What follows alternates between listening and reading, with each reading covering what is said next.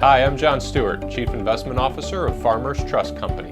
This is the Investor's Edge. The Investor's Edge, Market Insights with John Stewart, is brought to you by Farmers Trust Company.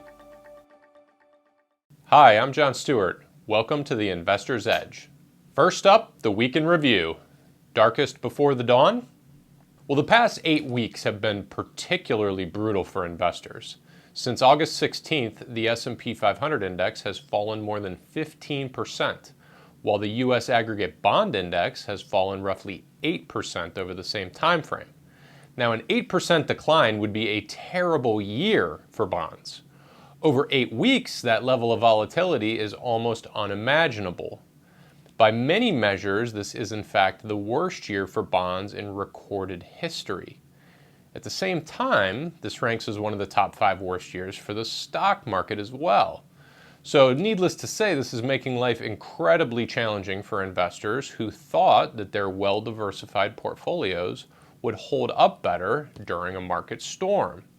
Now, unfortunately, this 100-year storm is doing substantial damage to even the best positioned and more conservative portfolios.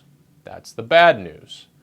Now, the good news is that some of the best returns for the stock and bond markets come after some of the worst drawdowns. Now, does that mean the stock market can't go lower from here? Of course not. But what it does mean is that long-term investors will likely be rewarded for their patience. Now, if you're holding individual bonds that are trading at prices below par value, take some solace in the fact that those prices will eventually reach their face value when those bonds mature, as long as they don't default, of course. Now, for investors fortunate enough to have been sitting on some excess cash at this point in time, higher interest rates make investing in high-quality fixed income securities quite attractive, while the stock market valuations now provide the potential for attractive returns for investors with a time horizon of at least 5 years. For this week's featured insight, don't chase the headlines. Well, with 24/7 cable news, it's easy to get swept up in the emotion of every headline that crosses the tape. Russia, Ukraine, Amazon earnings beat expectations. It's the highest inflation reading in 40 years. I could go on and on. But once a news story has been broadly disseminated, the ability to make money from it, at least in the short run, has likely passed you by. Ever heard of the phrase, buy the rumor, sell the news? Well, that essentially means investors invest ahead of an anticipated event and then take their profits once the event itself actually occurs. Now, isn't it interesting that as soon as the inflation narrative reached a fevered pitch earlier this year, that cash has been the best performing asset class in 2022? Now, presumably holding cash would be the last place you would want to be in an inflationary environment. The market usually prices events before they happen. After everyone knows the headline, it's likely unprofitable to trade off of that news. Looking ahead, preparing for the midterms. Well, everyone knows that the midterm elections are coming up quickly, and a lot of folks are pinning their hopes on the possibility that the event could be a positive catalyst for markets heading into year end.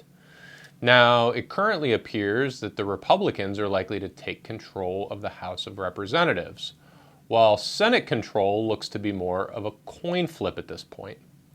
Now, a power split between the executive and legislative branches does tend to provide the best environment for stock market returns.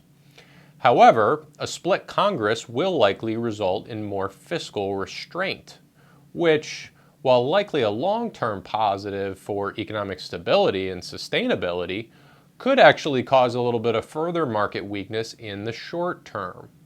Investors positioning their portfolios based on their politics tend to overestimate its importance on returns, or they at least neglect to realize that markets do a very good job of front-running material changes in policies.